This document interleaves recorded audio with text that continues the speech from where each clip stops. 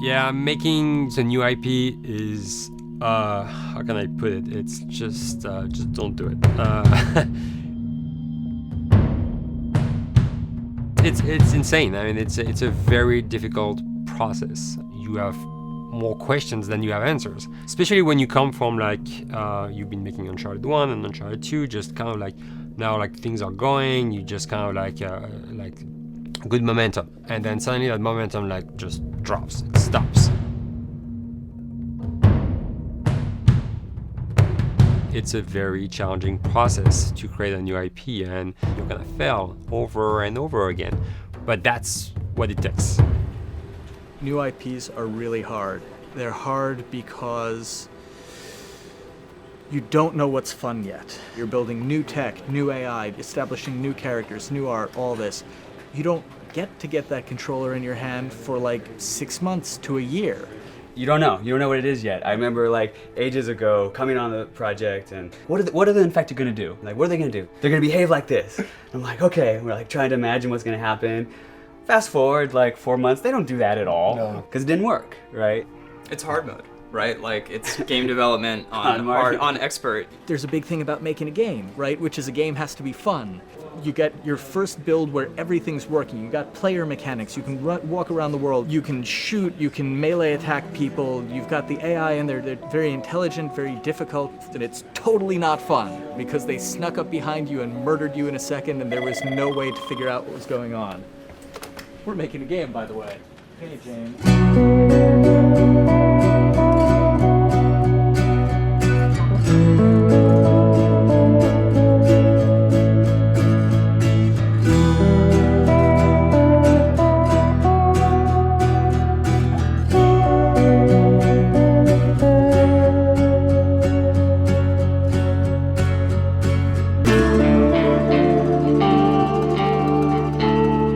The company has grown quite a bit since I started. I think I was the 12th employee or something back when we got started, but we've tried to stay true to those smaller studio roots. I've been here for 16 years. There's just no reason to leave. I just like the environment here. It's very non-corporate. I think the way we work on Naughty Dog is kind of special because we don't really like hierarchy or bureaucracy, and no one is really just a manager here. Naughty Dog has a very flat structure. We pretty much all report to the co-presidents and the game directors. I always tell people when we hire them, just like, my job is going to be able to trust you, and that's what I want. I want just to give you something and you go with it, and I know it's gonna get done. We believe in iteration, we believe in collaboration, and we believe in the people making the game working directly with each other. When we have designers and artists, animators all mixed up, anybody that's working on the same tasks, the same characters, the same areas, put them next to each other so they can communicate a lot better. We don't have a lot of meetings because if you need something to get done, you just walk over and you talk, and then you go back to your desk and you finish it up. And I really like that. I like when I just walk in the office and I see just designers talking with the programmers or programmers over the animators and talking to them. I think that's when really the magic happens. Naughty Dog, we really try to cultivate a culture where anybody can criticize anybody else's work. And we encourage people to be blunt about it and not try to sugarcoat it too much. It takes too long to be nice sometimes. It's not personal. It's based on more like how can we make a better game. We want everybody to have a voice. We want to cut out all the bullshit if we can, making sure that people are making decisions not based on ego, but what is going to benefit the game. When you see that people trust your opinion and that they value it, it's such a great feeling. You really feel like you're working as a team on a collaborative effort. We want to sort of remember where we came from and you know why we were successful then, and try to continue that success now. We make games. That's what we like to do. Back when Uncharted 2 wrapped up and we decided that we were going to build the second team and create a new project, we kicked around a lot of ideas. One of the very earliest ideas was to go back to Jak and Daxter. It's really near and dear to us. We really love those characters in that universe, and we think that there are some interesting stories still to be told there. We started to realize that it was not going to do justice to the franchise that the fans had fallen in love with. It would be shifting it so far in a new direction that we felt that effort would be more justified in developing a new IP. Neil and Bruce came to Christoph and I and said they wanted to do a post-apocalyptic game. I think the core essence of what they wanted to do, though, was to try to tell a story about two people and how their relationship evolved over the course of the entire game. That potential, oh wow, there is something very special about that game. This is going to be polished. Like, you're not sure if it's gonna work or not, and you have doubts. And like, should we be doing a game like that? Should we be doing a first-person shooter? Whatever. Like, you ask yourselves all those questions. And the creative director and the game director are the core of the team that have to really see eye to eye. That's why you have that balance between like Bruce and Neil's gonna try to push the just the story and the characters, and Bruce is going to try to push that with just the gameplay as well. And so it's kind of like those guys are just trying always to find the right balance between the two. It's a very dedicated process. We feel that the interactive medium has an untapped potential to touch the feelings of the player. You have that connectivity, the fact that I'm actually in the world and participating in what's happening on the screen in front of me gives us some sort of advantage to make you feel connected with what's actually happening. At Naughty Dog, that's what we're trying to do, is pair story and gameplay together. If we can make you feel like you're actually with these characters on that journey, and you're invested in those stories and those characters, then you're feeling, in theory, the same thing that they're feeling. As the story evolved and took different shapes and different forms, the thing that was always there was Joel and Ellie. And because of that, everything kind of grew out of that relationship.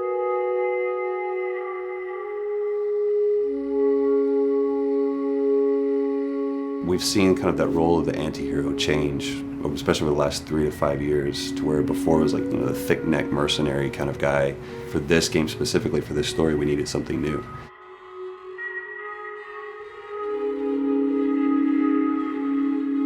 The reason we didn't want to make Ellie Joel's daughter from the get-go is because it wouldn't have anywhere to go. Of course, at that point, he'd be willing to do anything for his daughter because that is what a dad would do for his daughter. They didn't even know each other at the beginning of the story. Then we start from scratch. It's almost like the player has the same relationship to Ellie as Joel does. And we could take our time to build that relationship between these characters. And if we do it right, then the player will be feeling that same growth that Joel does. And we're kind of mirroring that emotional relationship between the two.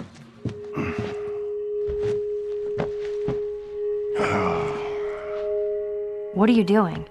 Killing time. Well, what am I supposed to do? I am sure you will figure that out.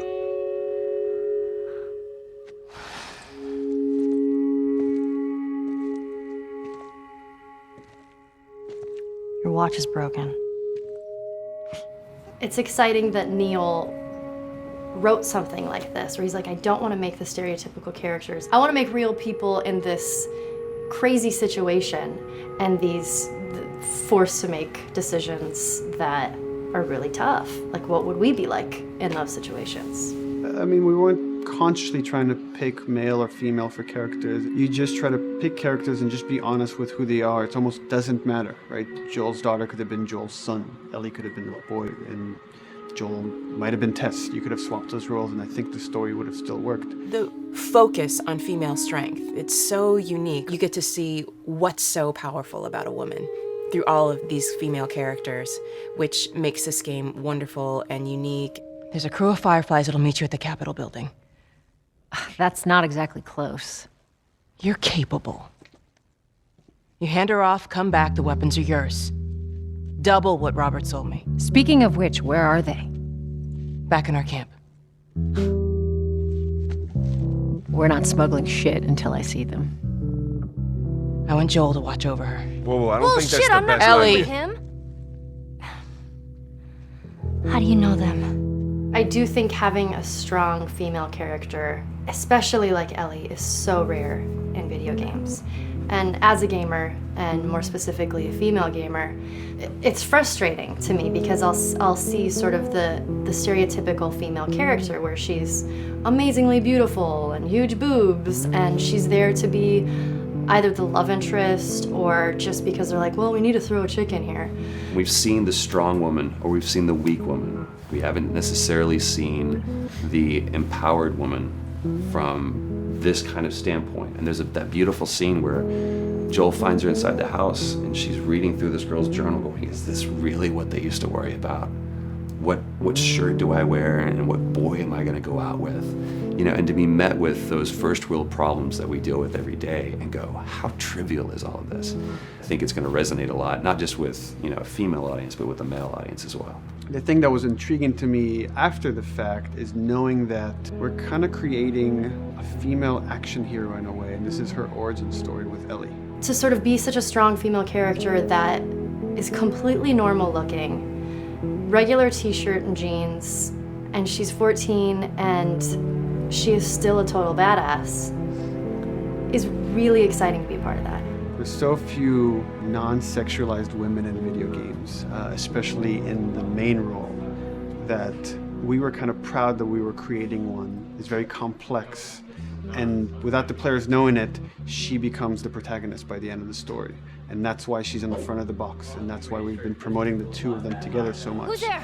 It is a dual protagonist game, and yeah, I guess I get nervous to think about it in that way.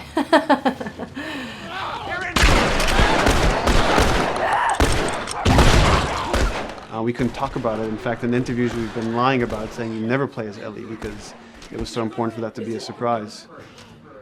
Sorry, journalists. Here we go.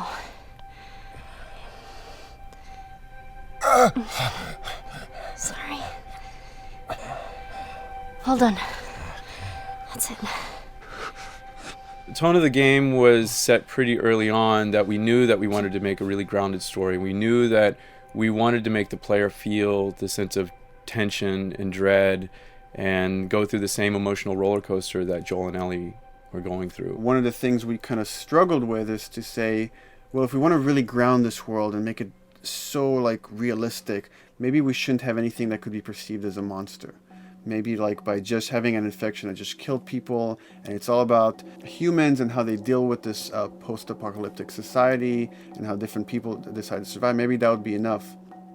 And what we realized is because we're making an action game, a lot of the storytelling happens on the joystick. And once we remove the infected, it's like all of a sudden now we can't tell the story through gameplay of what happened to the world. And that's where we kind of went back and kind of brought the infected back in, because it lets you see, once you're fighting them, the threat that people had to deal with, that otherwise would just be very cerebral and people could talk about it, but you couldn't necessarily experience it yourself. In a novel, that might work. In a game for us, specifically an action game, it didn't work. And from there, when we start kicking around those ideas, and we're just like, what would be cool just to play? The early inception for it really came from a BBC video we saw called Planet Earth, where they were talking about a cordyceps fungus. This cordyceps fungus gets inside of the brain and controls these ants, and mandibles start chomping, they grow up to higher areas, cordyceps fungus sprouts out, and then it germinates. And essentially uses them to spread its infection and take over whole colonies, sometimes wiping them out. As soon as we saw it, we were intrigued by the idea of, what if it jumped to humans?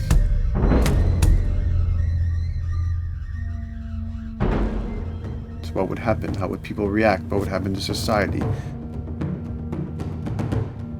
As we're trying to develop the look of the infected, we went through so many different iterations, some that looked really alien and subhuman, some that looked just essentially like zombies, and we couldn't find like an original place for them.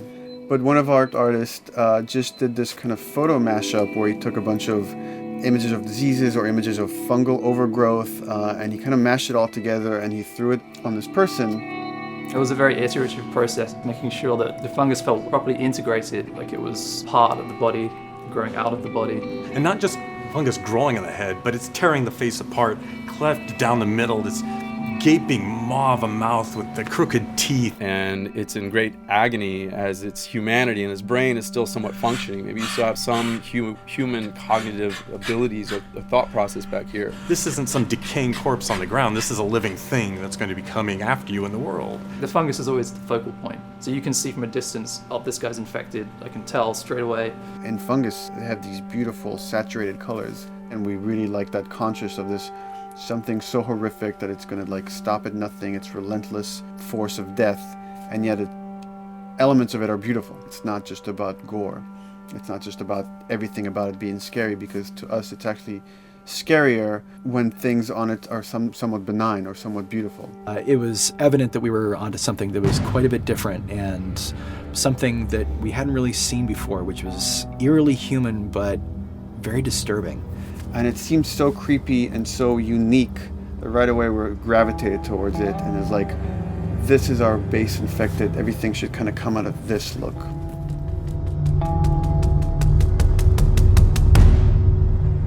So once we had this idea of the face-splitting kind of look that eventually became what we called the clicker stage.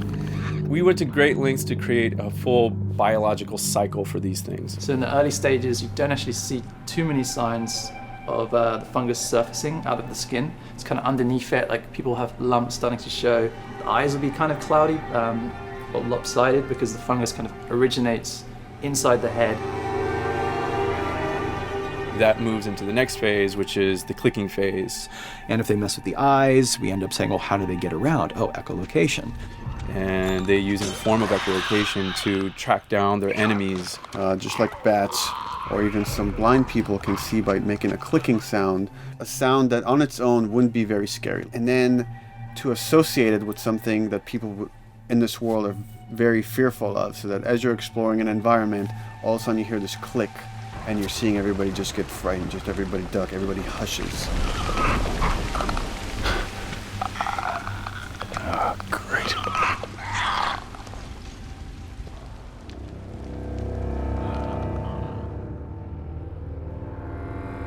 The bloater is the most severe of the stages.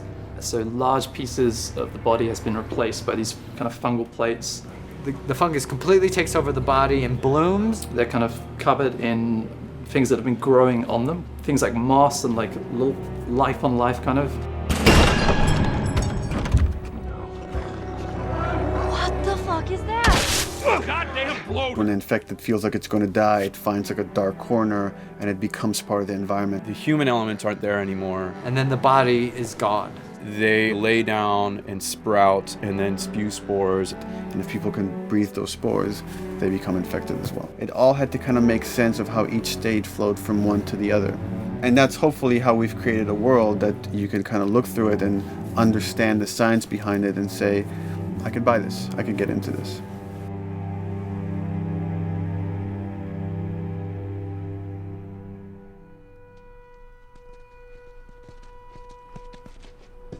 Mandatory evacuation. Evacuate to where? What do you think? Quarantine zone. See, some places got a heads up before the infection showed up. Most didn't.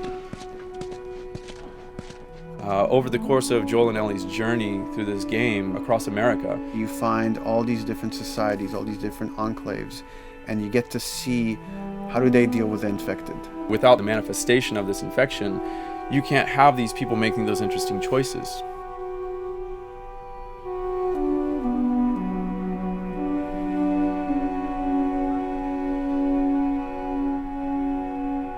The world we decided was actually its own character, really grounded with a lot of texture. What happens, after 20 years of the fall of man, when no one's taking care of anything? This book called The World Without Us describes in detail how much fighting on a day-to-day basis we have to do to keep nature back. And once you stop doing that, how quickly nature can reclaim that. They talk about New York and how every day they pump water out of the subway system. That system breaks down. Within 2 days, a whole city is flooded. And once water gets introduced, then structures collapse pretty quickly. Trees will sprout, and wind will carry those seeds over, and gutters get clogged. And then when it rains, water fills up, and then pretty soon you have vegetation growing over there. And once you have vegetation, concrete breaks pretty easily for when there's a tree and roots breaking through that. Even some of the stuff we did on Uncharted, exploration of how temples were ruined. What if you took those ideas and put them in Pittsburgh or Boston? And obviously right when that happened, you can imagine that being pretty terrible to look at. But you think about 20 years later, and with rainwater filling up those sinkholes and then those becoming like little marshes with lily pads in them. We had this wonderful piece of concept art we developed really early on, and there are all of these wild animals that have escaped from a zoo and over the past 20 years have bred, and now they have herds roaming these cities. And that's something that tells you that life goes on and this world is worth saving.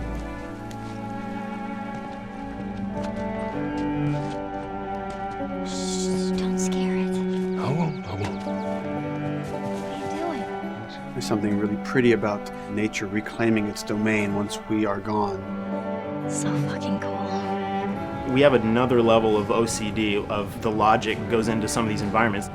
Water damage seeps into them, that creates some little moss growing on the floor, or a tree radiates energy from its base, and that over time starts to melt the snow around it. And that's the reason why you'd see those like rings of leaves showing through in the snow. That gives it that extra, believability. This is pitch art. I'll try to start with an idea that conveys sort of the feel of the environment. Something like this, very brushstrokey, very painterly. You can see not a lot of detail, just energy and conveying a mood.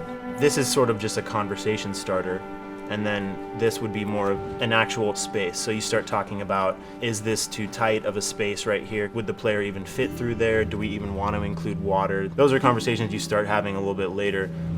And then it usually needs several more passes back and forth in order to be tightened up to be the experience that you would see in the final product. So, dude, I was actually trying to figure out right here, there should probably be some dead foliage. It might be cool to see some of the dead stuff around the edges of the green, or like even spilling out into the street. Maybe what we do is, in some of these areas, we use it as like a transition from the actual concrete to the side of the building, so like they're almost sitting on top of a bed of dead foliage, like that really rich kind of like orangey brown color. Sienna or something would be nice. Something real cheddary. That's how you know you're done. The end product often ends up being stronger because that bouncing back off somebody else gives you a result that maybe you wouldn't have even thought of in the first place. All right, here's the bridge. That's our way out of here. As far as concept art goes, definitely the ultimate goal is just helping everybody as much as possible. Me and the background artist will work together. I'll often just go to them because they've got like a really, really good like visual imagination. At some point, you came in almost like flat on. So that's kind of good because the bus station is right in your peripheral view, and you're probably going to enter the bus station. You're probably not going to get lost. But it doesn't at all utilize this cool architecture here, like the bus station sign. Like that's a really distinctive silhouette, and it's a really interesting sort of architectural detail. So we changed the entrance. Look at that. Another city, another abandoned quarantine zone. I think it's a better composition anyway. It's not so like symmetrical. And I think that was done so that this sign read better. If you didn't see the word bus on it, you might not know it's a bus station. So I think that helps. Everything we're doing in the environments is relating back to what you should be feeling in the story or what's happening to these characters. So is that everything you hoped for? Jury's still out. But man, can't deny that view. Come on, this way. When we first came up with Ellie and Joel, we had this idea in our heads of who they would be, but we didn't necessarily know the voice. It took us a while to find our Joel, but for Ellie, I think Ashley was the second or third candidate to walk in, and right away we knew. Yeah, you know Why what? are you so scared all of a sudden? Because I'm a coward, okay? So just get your shit and let's get out of here. Damn it. I'm not like her, you know. What? You think I'm gonna end up like your daughter? The way she delivered the lines, the way she just embodied that character is like, that's Ellie, there's no question about it. I saw the character artwork and I related to her a lot. I mean, she's kind of a tomboy and she's kind of tough, and I mean, obviously I'm not 14, and I think that's the main difference between the two of us. I read the scenes and I was like, I need to play this part. You want to be my hero? Forget the whole bit about saving my life. Buy me a stack of these bad boys instead. Where'd you get that? Back at Bill's. I mean, all this stuff was just lying around. And then once we had her, we said, okay, well, we're going to do another round. And we're going to have Ashley this time in the casting sessions. The chemistry of these two characters was imperative to get right. Troy was a really interesting casting for Joel because when you see Troy, he doesn't look like Joel at all. You know, he's so handsome and he had like, you know, the frosty hair and totally looked like Final Fantasy. And so I'm like, yeah, I don't know. He's like this tall, pretty. It didn't seem right. I walked into the room fully aware that I was the youngest person that they were seeing for this role. There was a line that was in the audition side that says that Joel has few moral lines left to cross. And so that became the anchor point to the character. But then as soon as he spoke and he had the grit in his voice, warm yet kind of dangerous. And his movement is just like you bought into it. Why are you so scared all of a sudden? Because I'm a big coward, okay? Now pack up your shit and let's go. God damn it. I'm not her, you know. What? You think I'm gonna end up like your daughter? Now, Ellie, you are treading on some very thin ice right now. It was Ellie and Joel. after he read, it was just like that was it. I've done some video games in the past, but to be handed the mantle of a franchise like this was a pretty big honor. Is she alive? She's alive. She's David's newest pet. Ah! Where? In the town. She's in the town. You mark it on the map. It better be the same exact spot your buddy points to. Neil pulled me aside one day, and he said, I have some ideas. And as you're well aware, Neil is a little twisted. He came up with this character, and I just jumped at it. It was such a departure from everything I've done here for Naughty Dog, to say the least. Name's David. This here's my friend James. We're from a larger group. Women, children. We're all very, very hungry. To be able to put on a voice that, hopefully a lot of people won't know, won't notice that it's even me. Because we didn't want it to be Drake.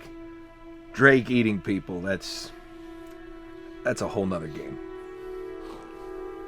How did you put it? Tiny pieces. See you tomorrow, Ellie. Certain voices that I can do wouldn't fit the David's artwork, but he showed me the art, and I said maybe it's something like this, where everything's, it's very quiet, and just, he's not really sure, and the voice can break a little. And he just looked and goes, yeah, that's it. So I'd love to tell you we hashed it over and we talked. No, it just, I looked at the picture and I tried something. He said, yeah. A few weeks back, I sent a group of men out a nearby town to look for food. Only a few came back. And turns out that the others had been slaughtered by a crazy man. And get this, he was with a little girl. You see, everything happens for a reason. Claire. Ashley, she brought humor to it. She just has some really great comedic timing. The way she reacts to the things around the world with a little bit of sarcasm, that teen kind of like trying to get a rise out of you. Now watch your step as you're going out, because it's going to be a little... It just brought a certain levity to the story that the story needed. You didn't even realize it needed it until she started doing some of that stuff.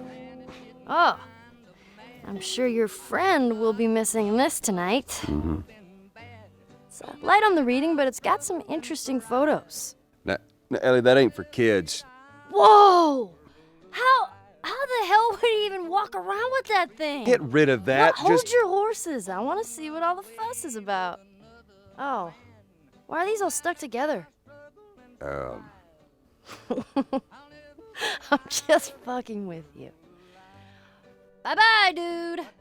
Throughout the course of shooting over these past couple of years, Ellie and I have kind of morphed into each other, which I know sounds so cheesy. Neil always asks, he's like, well, what would you do in this situation? I think the most important thing that Ashley brought is a sense of capability to Ellie's character that wasn't there in the beginning. The very first thing we shot involved her being pulled out of a car and attacked, and Joel was supposed to go save her. It was written that Ellie sort of was just kind of watching on the side, just waiting till he was done, and I was a little frustrated because I was like, well, if this were real life, I would do something. We did a couple takes, and at some point she walked up to me and she said, I feel like I'd hit him. So we added in a part, like, right there off the bat, she's not just this damsel in distress. Right there, she wanted to fight back from her very first day of shooting. We didn't have it right initially. She needs to be more capable than initially we thought she would be, and actually that made us go back and rethink combat and rethink a lot of the areas in the game, and now she was going to take a much more active part.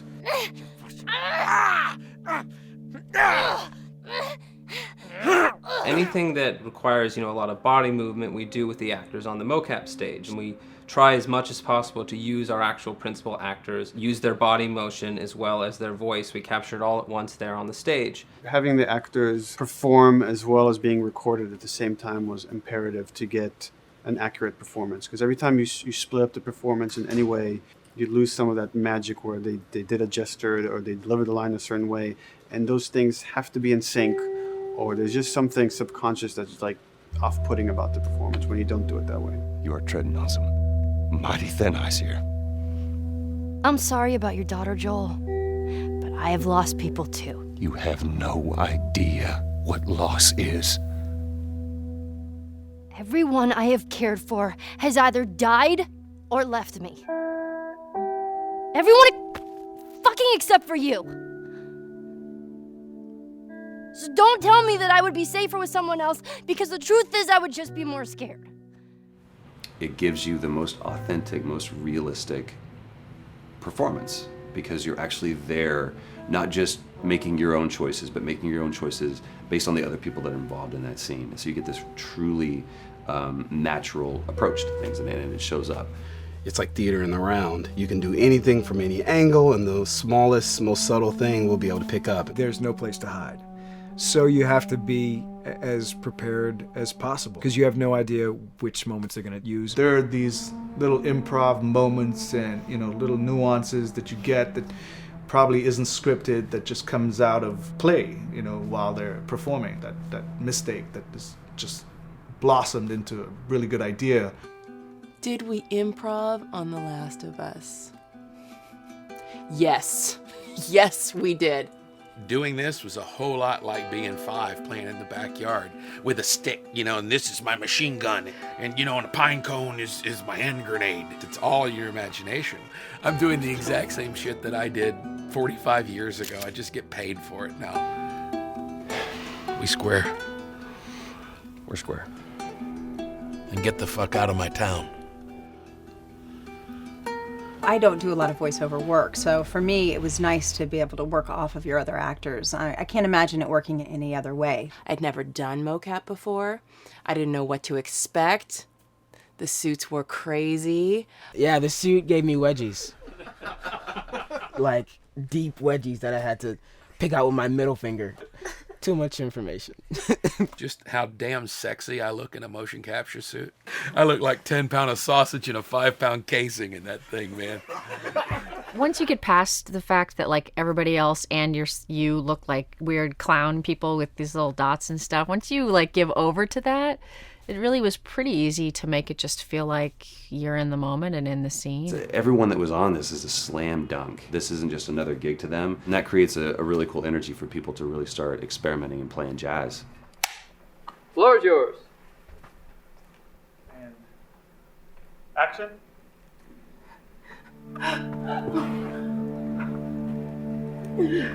Fuck off! Hey! Oh, let her go! Don't worry, this is fixable. But I can't come with you. Well, then I'm staying. Ellie, I want Joel to watch over. Oh, no. Bullshit, I Ellie! will. She's gone too. I could just take her to the North Tunnel and wait for me there. Jesus Christ. Just cargo, Joel. How do you know them? We craft the scene out until it has a good feel, and then we pass it off to animation to clean it up. Real life motions don't necessarily always translate into gameplay. There's something that's usually missing, so we have to, maybe enhance the gesture or enhance the shoulder movements or a breath that you want to be able to feel, but you don't really see it, so you can't really feel it unless you see it. Is everything all right? Yeah, everything's fine. I could have him lean in here a little bit more, like this, take his hand down. When they're on stage, they don't necessarily have windows, so that weight of like really pushing and leaning in, it's something that we would have to accentuate. Give him a little bit more weight on that turn, or put his head down a little bit more. There's a lot of dialogue that gets said between the two characters. We have to bring that alive through animation, and we have what we're using as gestures. Why would they mow down all these people? Can't let everyone in. If you turned off the sound, you'd know that they were talking to each other. And that really helps accentuate the relationship that the two have together. We have certain animations that play in the beginning of the game on Ellie. She's traveling with Joel, who she doesn't really know. There's a lot of gestures to make her look nervous, just her overall stance. Later on in the game, they develop a relationship through the animation, not just the dialogue. You can see that she's more comfortable around him. If that reads well with the player, then, we're doing our job.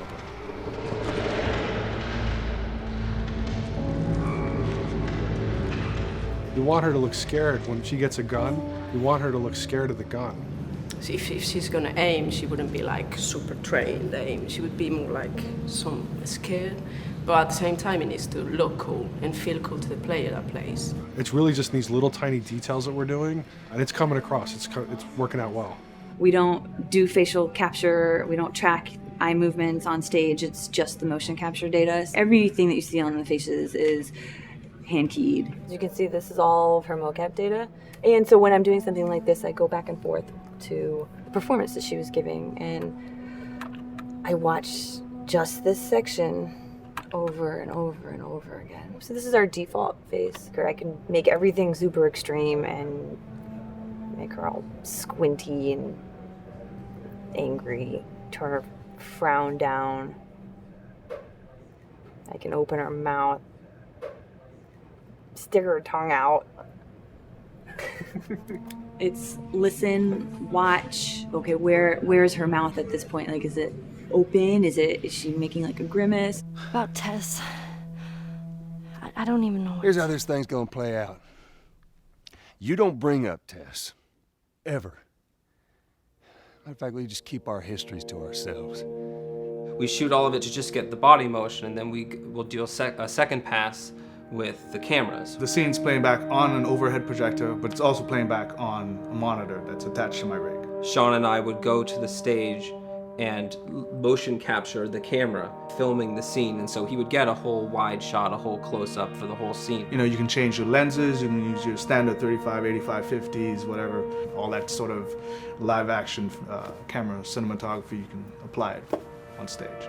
We make sure to go back in and add flaws. We keep the confinements of the room so the camera can't go past a certain wall, because then we have this cheated perspective. If the cameraman bumps into the wall, we keep it.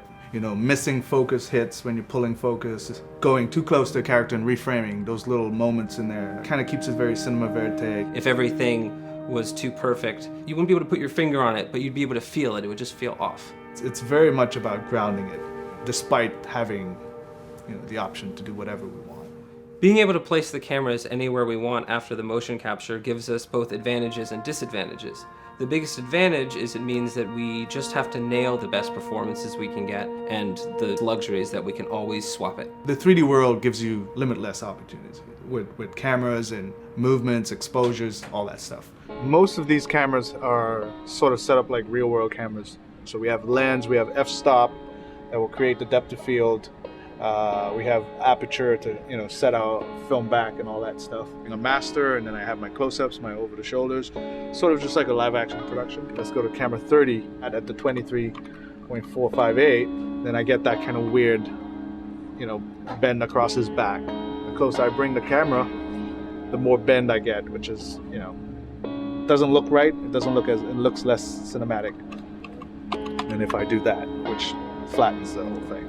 And I'm trying to also catch Ellie. Like if you scrub a little more, catch her in the back here. So I want a longer lens of that kind of stuff. Since I've only had experience working with live action before I got into video games, it was a kind of a cool adjustment to be able to have this extra flexibility in post, to swap a line of dialogue for something different, even though that's not what the actors said at that time, and to be able to still have a close-up on them while they said it. You get to make it probably more perfect than you could ever make it in live action.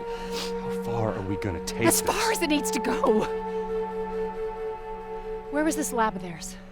Because our actors are both the voice and their body, they get to play, they get to try things, they get to work with our director to kind of come up with new ideas, or even our director will have a new idea on the spot that wasn't there in the script, but realizing when he sees it, oh, well, this would actually be better, this might feel better. And those changes all just happen organically there on the set. He could even lead straight into his thing. He's like, no shit, yep, Ty would want to do that, so we rented 2 Harleys and drove cross country. Keep it pretty succinct, like we got the bikes, rode them cross country. Cool. It's shocking to me that this is Neil's first time directing. There was a specific tone and a specific approach that Neil and Bruce wanted to take with this. It just came down to there's nobody who knows this story better than you, and then there's nobody that knows these characters better than you. Why don't you just do this? He and I actually had a conversation about it. He says, I think I'm going to try this myself, and I'm not sure. Neil was fantastic. The floor is yours. Okay, so remember, you've been running away from this turret-mounted truck. If you come to this dead end, you're going to look up and see a potential way out. And action. Check it out.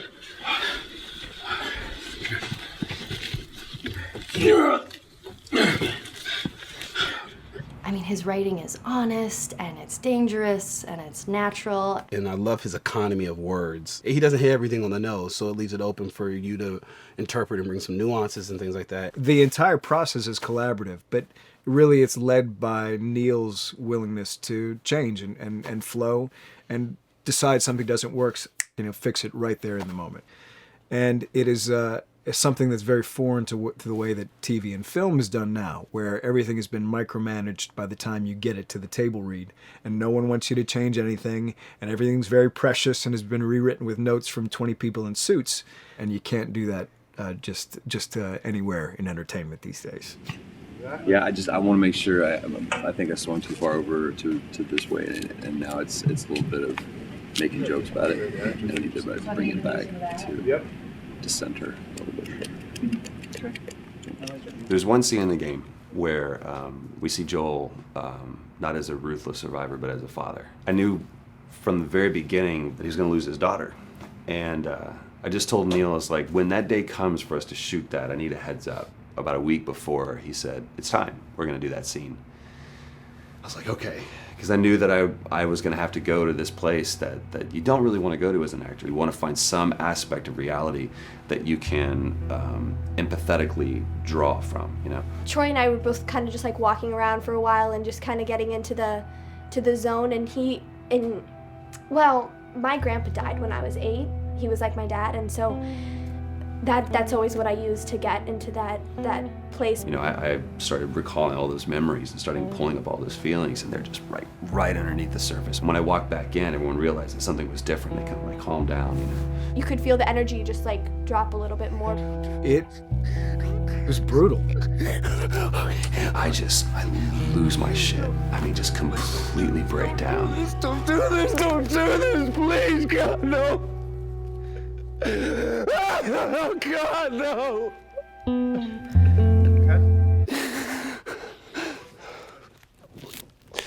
The soundstage was deathly still. It was the first take, and I felt really good about it. And it's like Neil said, okay, let's do it again. And so you do it again, and automatically you feel like you're manufacturing because you're trying to go back to that place, and you're in that actor nightmare of trying to get back to that reality. And we go through it again in 5th and 6th and 7th take, and I'm just exhausted. I'm crying between takes, and I'm looking at Neil going, this is really, really hard. And finally, after the 8th or 9th take, he said, all right, I think we got it. I was like, oh, thank God. And I went outside, and I was just jacked up for the rest of the day. I mean, a wreck emotionally. But we got it. Then 2 weeks later, he calls me. And he says, so we need to reshoot a scene. I'm like, cool, what scene are we doing? And he just looks at me. I said, dude, don't do this to me. And you can either at that moment throw your hands up in the air and say, fuck this, and walk away. Or you can say, okay, this is an opportunity to get it more right. I'm like, okay, all right. If you don't think you got it, I'm going to show you that you got it. We've got it in the can. And so we go through it again, and it just feels fake, feels artificial. And Neil goes, go through it again. We start doing it again. And I'm getting madder and madder with each take. And finally, about the fourth take, Neil comes over to me, and I love him so much. He goes, so I'm picking up on some resistance. I was like, you're damn right you're picking up on some resistance. We've got this in the can already, and we're just wasting our time, and we're wasting all this effort and energy. And then he started talking me through the scene. And he was like, what I need you to do is I need you to just strip yourself of all these ideas, and I need you to hit this beat, and this beat, and this beat, and this beat, which just makes it sound so mechanical, and it's such an emotional scene. So we start going through it, and literally I am mindlessly doing these things at this point. Okay? I know it hurts, baby. I know. So I'm gonna lift you up. I'm gonna lift you up. I'm gonna get you over here. Come on, baby. Come on, work with me, please. God, baby. Sarah. Sarah!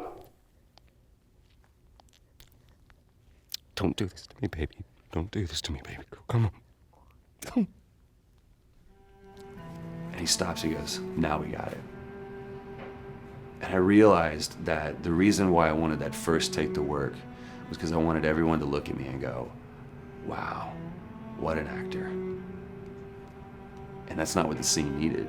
Those moments where you just have to sort of calm your ego down and just go back and do your work. That scene actually works, not because of me, but in spite of me.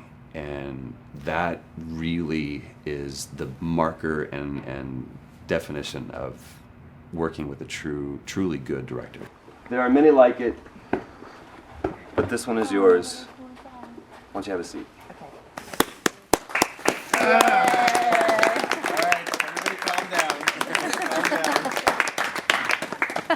Thanks, guys. The director's chair. Working on the project, we knew we wanted to have a pretty minimalist soundtrack. And we had a folder where we just throw music in there. Looked at the folder one day and we saw, we have a lot of stuff here from Gustavo Santaolalla. We're looking for a composer. What if we reached out to him? Oh, no. Sarah. Move your hands, baby. I know, baby, I know. Listen, baby, I know this one. You're gonna be okay, baby. Stay with me. I want to pick you up. I know, baby. I know it hurts. Come on, baby. Please. I know, baby. I know. Sarah. Baby.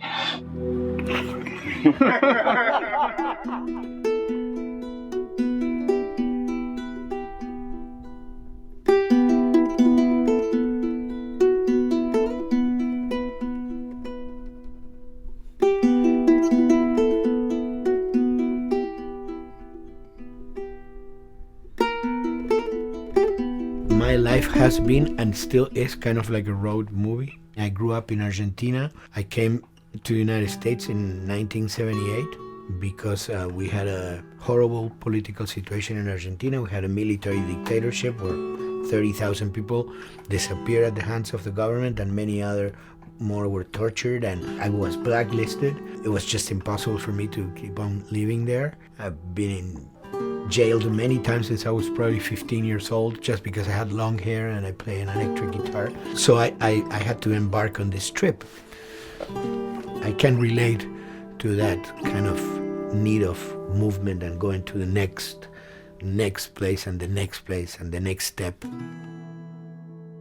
I'm always attracted to the possibility of getting involved with a project from the very beginning. I like to work from the script and talking to the director. It's never been, oh, give me a piece like this or give me a music that's this. It's just been very high level.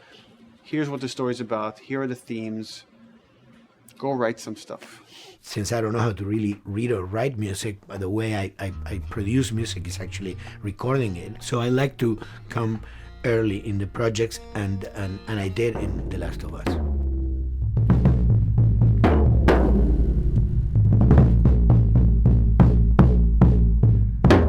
One thing that was fantastic from the very, very beginning was the freedom I had to try and to do whatever I felt could work, you know?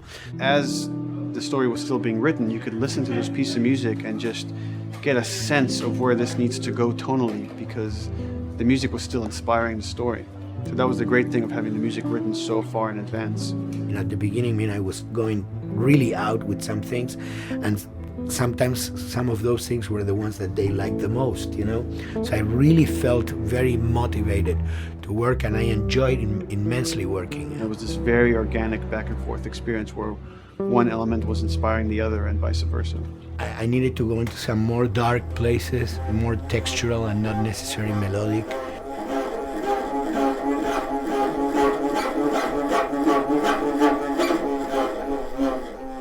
I'm always trying to sort of push myself into playing instruments that I don't know how to play. There's an element of danger and innocence. Lennon once said, you know, give me a tuba and I will be able to do I'm an artist. I should be able to do something. I like to put myself in that situation.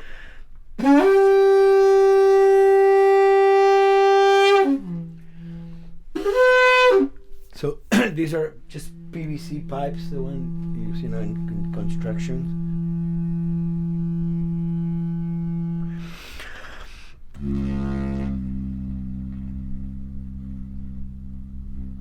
Or instruments that I know, kind of twist them. From the concept of the prepared piano, you know, I mean, I've worked with prepared guitar to stick things into the guitar and things like that. And also in The Last of Us in particular, I work with a detuned guitar. So I really tune the guitar extremely low. And the result is, you know, strings that are very loose and will produce not only sound, but produce noise.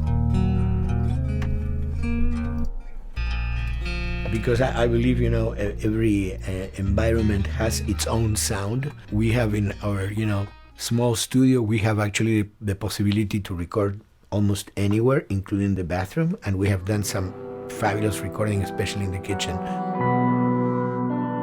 When you score to picture, which is something that I don't do, then you know what you're going to expect.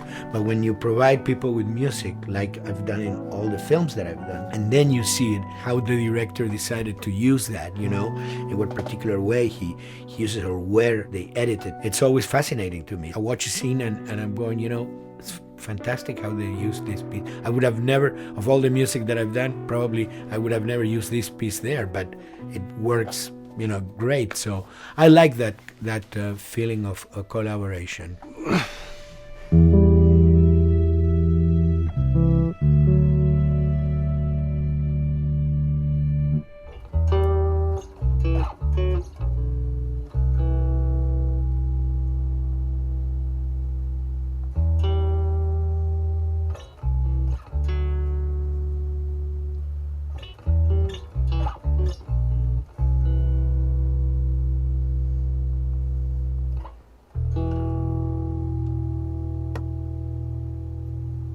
I think, you know, the guys also that work in programming and adapting that music to the game, they should share a lot of the credit for the end result. In the beginning, there was silence.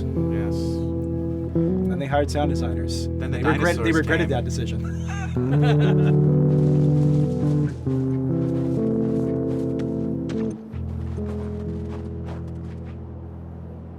Hold it steady. Ha! Got you! In a much quieter environment like that, we really had to fill out the soundscape with much more natural sounds, much more detailed, delicate sounds. The tension comes from the lack of sound, in a way. Your brain is thrown off because where I expect to hear buses and crowds, all of a sudden I hear wind and leaves rustling. Again, it's creepy and beautiful at the same time because it's almost like I'm going on a hike, but I'm in a downtown area.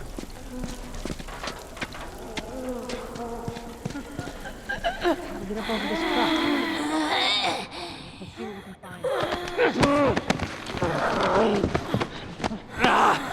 To Neil, I mean, we were going through the iterations, so he just did not want, like, yells and screeches and what he called kind of witchy qualities, Right. the cackling witch. He didn't want anything like that. It was a little bit of a head scratcher to figure out, okay, how do we make it sound human but not human? Yeah. We really did not want to use any animals. We wanted these all to be human.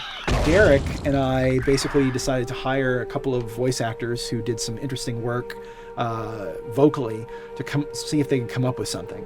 And we worked with this girl, Misty Lee. She started giving us these really great screeches. And that's no process. Yeah, that's just her voice. And it started going into this little click. We also used a little bit of Phil's voice.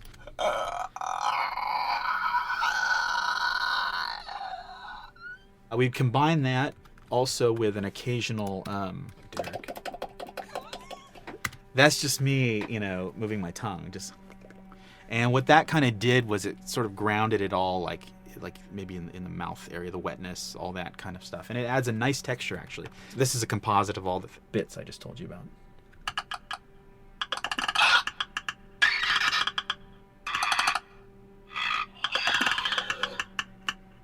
Sounds like a Snapple bottle. Oh, the lid? Like the lid, yeah. That's a good idea. Fuck, where were you guys like months ago? Why did we think of that? Why did we think of that?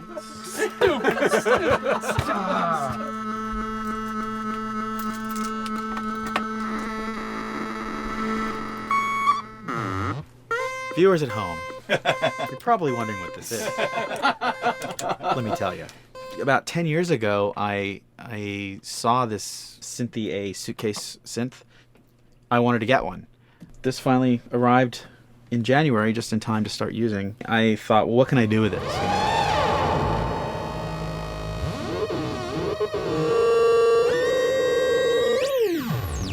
In Lakeside, there's a whiteout that happens, and this thing has a noise generator, which gives really convincing wind sound.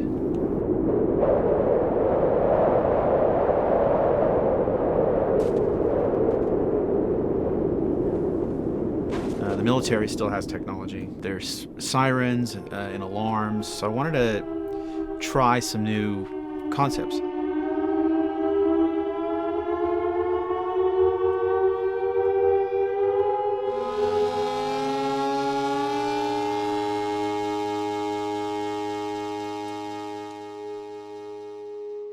Man, What?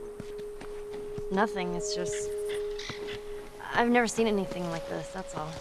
You mean the woods? Yeah. Never walked through the woods. It's kind of cool.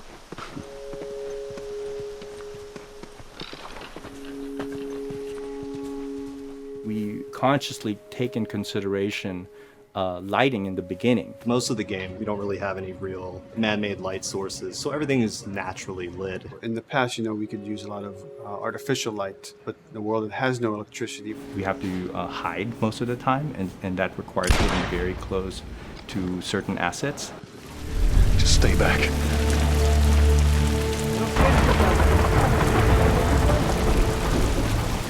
Otherwise, can't. Detail's expensive, and if you build up too much of it, you end up running into technical problems, right? Your engine slows down. When the frame rate goes down, everyone can bring up the profiling tools and see which parts of the frame actually cause the drop of the frame rate. This is the profiling tool. These are all the SPUs. Here's the GPU, and then here's the PPU. You can see here's the main process and here's all the sub-processes, and you can see, tells you how many milliseconds and cycles it's taking. The programmers are whiz at modifying this stuff and realizing, oh my god, why is this thing so big? We're taking 10 milliseconds on this thing. And then that's when they come over and find somebody and hit them over the head with a club and be like, why are you doing this? I love, we put the 30 frames per second goal because that's what we shoot for. Someone nicely put the 60 frames per second goal. It's like, yeah, we're not going to hit that. Lighters usually can come up with different lighting setup that still looks great, but is less costly in terms of performance. Did you talk to the character artist about her hand? So her face is getting a lot of spec, but then her arm is just bone dry. You think something we can tweak in shader? We'll have to send back to character team Michael to take a look. I can play with the lights and see if that's creates more spec. Yeah. I've never ever focused so much on lighting and how much sensitivity there is to that here. One of the first lighting scenarios I had to do was like 7 a.m. like overcast. And I'd like wake up early and like take photos with my phone. What color are the shadows? What color is the light? It is a master's course unto itself of how to deal with ambient lighting because I've never had to use it so much. Man, this is kind of sad. What is? All this music that's just sitting here. No one's around to listen to it. I don't know. It doesn't seem right. All the characters cast soft shadows onto the environment. Even when there is no direct sunlight or no direct light sources, we still have nice fuzzy shadows. When you're walking down the hallway and you see your soft shadow goes along with you projecting on the wall on the environment, that make everything look real.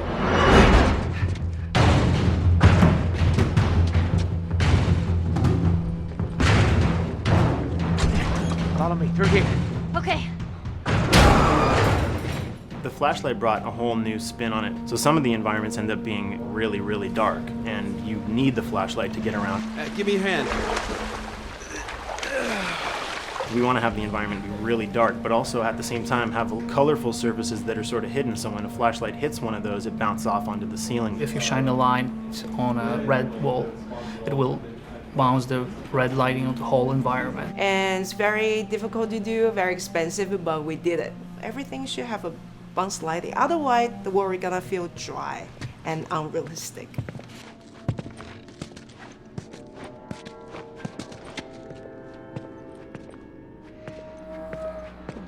I guess this is where the assholes sleep. I mean, slept. This engine is really driven in a way towards a very high level of cinematic control over each frame. And hopefully, if we achieve our goal, you'll see it is beautiful. There are these truly beautiful moments amid all this chaos and destruction. Yeah, once we're done with this whole thing, I'm gonna teach you how to play guitar. What do you say, huh? I like some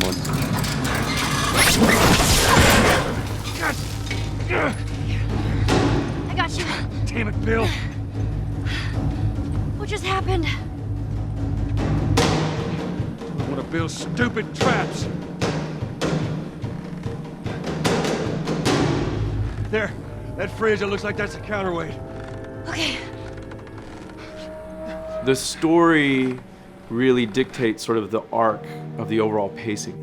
Storytelling would always want to be subtle. They would always want to keep the world grounded in reality. But gameplay has requirements where the player needs to see this thing. The player needs to immediately know that the enemy is attacking, that this room is dangerous, that this room is a puzzle that you have to solve. What are the things that we can do on the joystick to make you feel the same way that these characters are going to feel when we get to this next pinch point in the story? There's a turn in a scene that we need these characters to take, and we need you to feel it or understand that, and that means you have to play it. Sam! Oh, thank God. Gotta keep running. Ah! Doorway, over there. Run!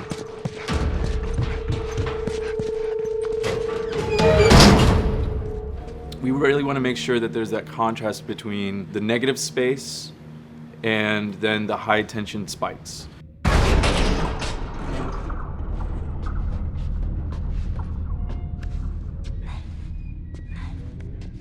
A lot of times we won't play music, or we'll play very minimal music just to let you know kind of the state, whether you're still in stealth or combat has broken out. Hearing someone's footsteps or hearing a person breathing on the other side of the door has so much tension to it.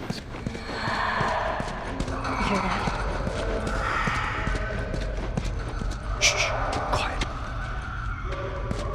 You feel the tension of the world, make you question whether you want to engage with these guys or kind of try to stealth around them.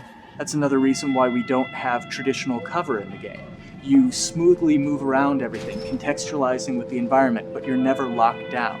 We want the player to, with that crafting system, with the scavenging system, with all of the abilities available to them, to constantly be moving around and changing as the moment arises. Gameplay is all about, I have a limited set of tools, and how am I going to use those tools and those limitations to overcome this obstacle in front of me. And that obstacle might be infected, might be another class of humans that wants to kill me for a bottle of alcohol in my shoes.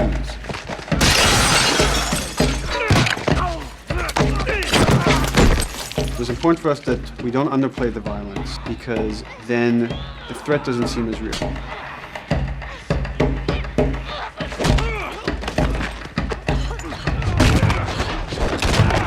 We see video games as this incredible medium to tell stories. We want to treat it as equals to books or comics or TV or movies. This is subject matter that would not be considered out of the ordinary to tell in one of those other forms of entertainment. Fucking hunters.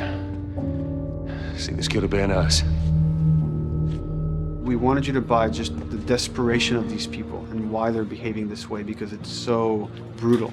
And at the same time, we didn't want to make it so over the top, stylizing it, so then it doesn't become as real. It was important for us actually to hit that middle ground where it's kind of disturbing.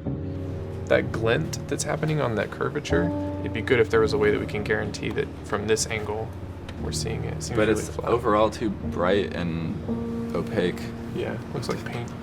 Yeah, see, the blood on the ground works really well. It's something about the other shader is messed up in this environment. We gotta fix that to unify the look. Shouldn't make you giggle or laugh or any of that. You should be kind of appalled by what you have to do, but you understand why you're doing it.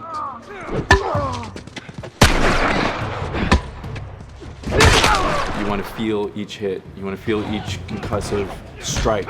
Lives are at stake.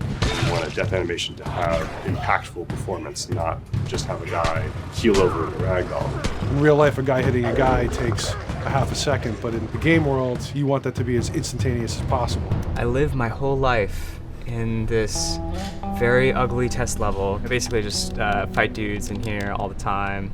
Almost every move is divided between like an intro and a swing. And one of the many things I have to end up doing is like counting frames and being like, okay, on frame 18, I want you to get out of here. I want you to be able to start moving. Every hit reaction that an NPC plays, they are not necessarily in the correct pose. When you strike them the next time, we just pop them with a 0 frame animation change, which is usually kind of a no-no, you know what I mean? Normally you want characters to blend smoothly and realistically into animations. But what we found is that you can cover that pop up with a heavy impact. They can go from almost any pose into the pose that the impact starts from, and your eye just covers up the transition for you. So if you throw a brick at a guy, it puts him in this like kind of staggering stun state.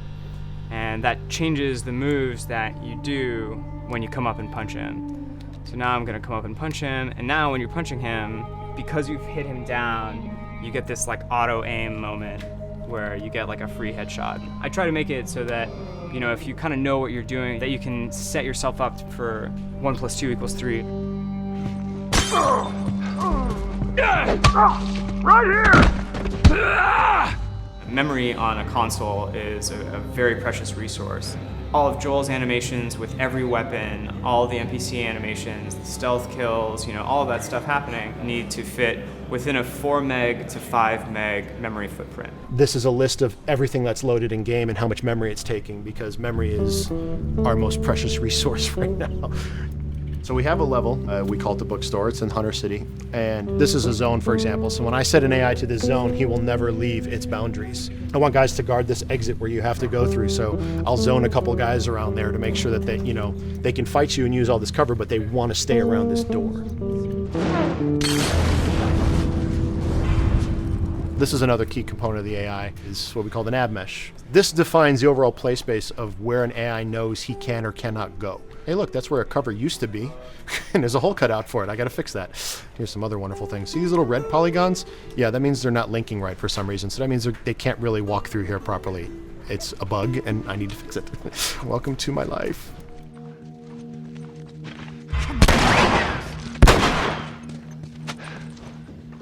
Hey!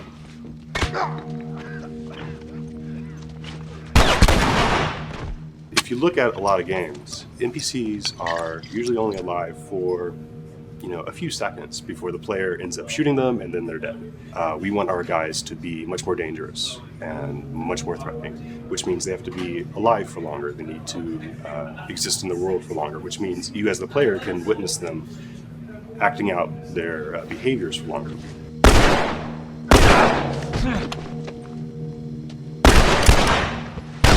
So we've been working really hard on our AI systems. Back of the box, biggest bullet is going to be like AI.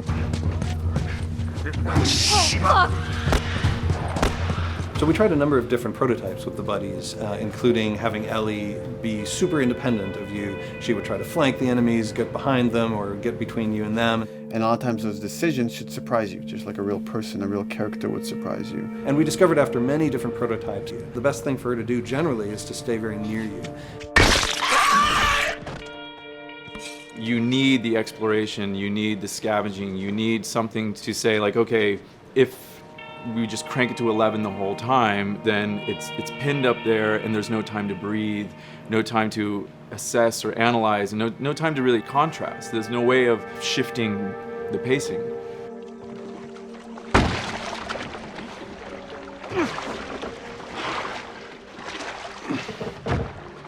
Puzzles are really weird, especially like Naughty Dog puzzles. I think they're very simple and satisfying. Most of this puzzle is strict exploration. You can see the ladder here, you can see the pallet there, you can see a clear route up to the ladder. So you're like, okay, maybe I have to get Ellie to the pallet, push the pallet over to this side, and like Ellie will climb up and lower the ladder. So that whole part is like, that's not a puzzle, that's not regarded as a puzzle, but when you feel like you've got to the solution and you're like, okay, I'm going to climb this ladder, and you climb it, and it breaks off, hopefully then the player will feel a little bit stumped and they'll be like, I'm not really sure what I'm meant to do now. And so this is where the puzzle starts.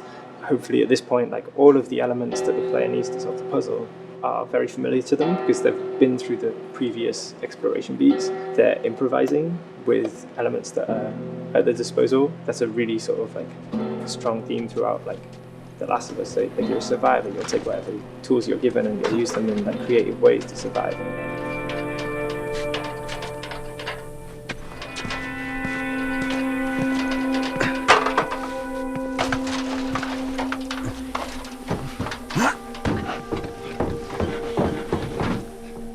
We set out to create something kind of new to Naughty Dog, this crafting system. Our lead designer, Jacob Minkoff, he got this book of like the Survivalist Handbook and homemade munitions and all sorts of funny stuff. Just start reading about, okay, if I was just wandering around in a collapsed society, this world, what stuff that seems like I could find? Alcohol and sugar, you know, if you want to make a smoke bomb. It's difficult to balance the right amount of resources against what you think the player's going to need and making sure that the player feels like they're getting just enough to survive, but not too much that they feel like they're a powerhouse. We wanted you to be forced to make some choices in the world that showed how depleted the resources were. So if there's a particular point in the story where the characters are having a particularly difficult time surviving, then we want you as the player to be finding fewer items, farther apart, harder to survive. We will item starve you at the same time that those characters are feeling starved and worn out. Then you expose something to them. Oh, here's a cache, and if I can just get into that cache. Oh, look, there's a wealth of things in here. God, I was so worried. My health was low. If I had run into a combat, because it's always that thing in your head, it's that Hitchcockian thing about the danger that you see is less meaningful than the danger that's in your head.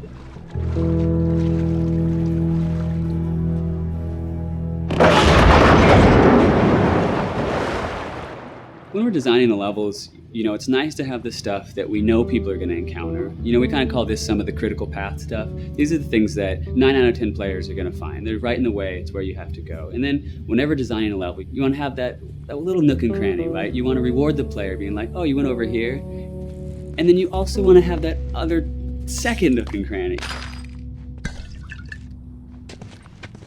The player is supposed to go place a ladder here and climb up through the rest of the hotel. But what they can also do is shimmy across this area, and I place a really cool like upgrade kind of off the beaten path to reward players for exploring. So if they come all the way over here, they're gonna get this really cool training manual. It's a funny little bit of trivia. The HUD system, not the menus, not like when you hit start and stuff, but the actual HUD system where you see the reticles and stuff, was literally created for an E3 demo early in Uncharted 1, and that's been our HUD system, the foundation of our HUD system for the last 4 games. First time in Naughty Dog's history, we hired Alex. She's awesome, and she's got a really good understanding of UI and how it applies to games. The thing that I hate about any game's UI is when it pulls you out of the game for too long. No one wants to spend time in menus. Nobody loves UI, if we're being honest. Like, weapon slotting has probably gone through more iterations than any other system. The stuff that we finally ended up implementing, you press select, you get into this menu, then you D-pad left and right through the slots, and then D-pad up and down will change the weapon, and then just, you don't have to press X or anything, you just select out of it. When you're still, like Joel is here, that's fine, but then as soon as you get into an actual situation, so I'm gonna go over here and cause some trouble. Okay, so here they come, oh god. All right, so now I'm out of ammo. Now I need to like get back in that menu. I have to like run away from them, get into the menu, get out of it. And it ends up feeling like super clunky. Like again, okay, I'm out of ammo again. Get out of here. I need to take out one of my other long guns. And now Bill's in trouble. Bill's in trouble over here. And I've got to like I'm in a menu now and it's like, oh shit, whoever designed this UI is so bad. Like, what were they thinking? Bill's gonna die. In theory, it worked, but then in practice, it felt a little clunky. We wanted it to be the absolute minimum amount of button presses. You don't say to yourself, oh, I'm never gonna be able to do this in time, so I'm just going to give up.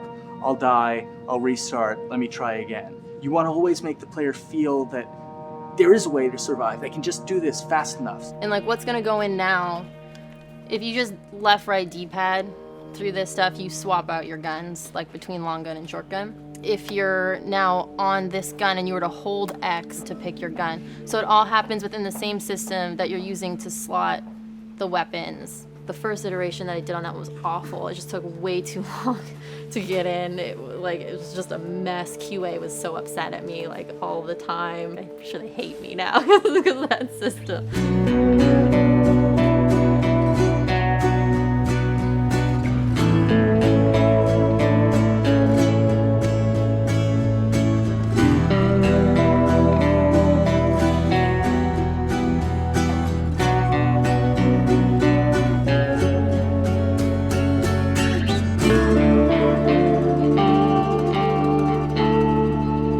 I think the way the industry is kind of maturing and changing in general, you're seeing a lot more focus and importance on refinement and polish. So having internal QA really helps.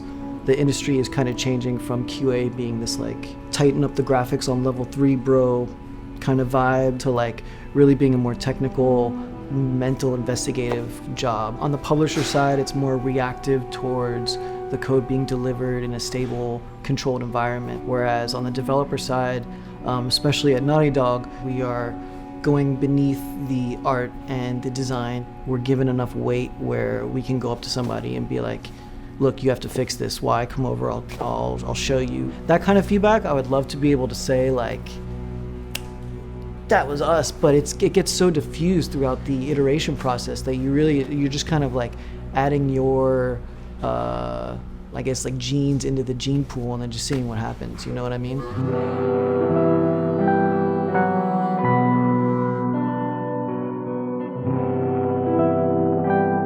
Everyone's working all the time now.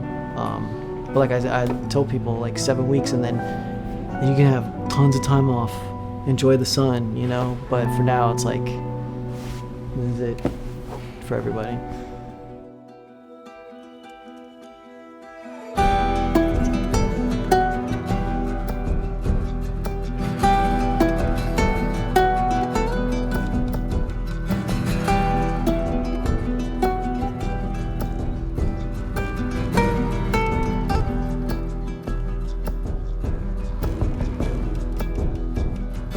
Crunching is part of making games. I feel it's human nature, right? If I'm gonna have a guest at home that's gonna come for a couple of weeks, I'm probably gonna clean their room just the day before they arrive, right? And I think it's the same thing. It's just like everything comes together at the end. I personally enjoy crunch. I think you get this like absolute laser focus because it has to come together. There's a camaraderie that also comes There's a together, camaraderie, totally, yeah. The vibe is everywhere, you know what I mean? Everyone's kind of like giving it 150% at this point. We're getting there, right? You start to get these glimmers, and I don't think anyone who doesn't make games realizes how late in the process you get those glimmers. 1 week before we shipped that press demo, we're all like, this kind of sucks. What's going on here? It's like, we need to dig down and find this. And in 1 week, the fun came together. Like you're shooting at a guy and then somebody flanks you and you hit him and you avoid the other guy who's shooting you, and then you flank and go behind cover and you're like, oh, that 5 seconds in that 15-hour game was really, really fun. How do we make that 5 seconds happen thousands more times? My favorite video game is making video games. It is as challenging and as complex and as interesting. If we had to try all the things that didn't work, what's hard about Crunch? It's like marching through that swamp of it not working. I mean, nothing's ever really final because you can always make something better, always. So we're constantly changing and constantly reiterating and trying to make it better and better and better pretty much until we ship. As an artist, you're never really happy with your work. You could be given 100 years to work on something, you'll still find things to nitpick and things to fix. Yeah, you can work on the game for 10 years and you'll still be crunching at the end. So it's like, okay. All of a sudden, it's like getting ready one morning in the shower, and I was just like, oh yeah, I'm about to ship another title, and this is going to be a really good title, and it gets you excited, and you're like, all right. Do I think the game's gonna be good? Yeah, it's gonna be awesome. I think it was good a little while ago, and now we're gonna make it Extra kind of good. amazing. Yeah. What it will take to get there in these next 5 weeks is gonna be a lot. I'm excited. I have faith. Every time we're shipping a game, it's terrifying. You just hope for the best. You don't know, right? I mean, people have different opinions. We have to go with our guts, and I trust the team just to pull it off.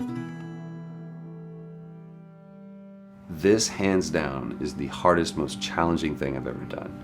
We sweat a lot, and we worked a lot, and we all went home tired, you know? But I think that's you're gonna see that on the screen. I think that's gonna pay off. Ellie. Ellie. What? The ladder. Come on. Right. After David, Ellie's visibly distant. You could have done a cutscene to show, hey, you're being very distant, and she's not responding, but to also do that in gameplay, to where it's something that you've done just countless times throughout the game with, let me boost you up here, get the ladder, bring it down so we can do this systemic thing, and the character responds with that, and you have to actually go over to her and go, hey, come on, the ladder, we've done this, let's do this. It's a subtle choice. Like Bruce and I talked in the beginning, is we have these mechanics, how can we exploit them in a narrative sense? And that's one of those opportunities. I just think it's incredible that happens in-game. It's not a cinematic, it's something that adds weight to that controller when they're playing. Wow, so good! Let's go eat. Let's go eat.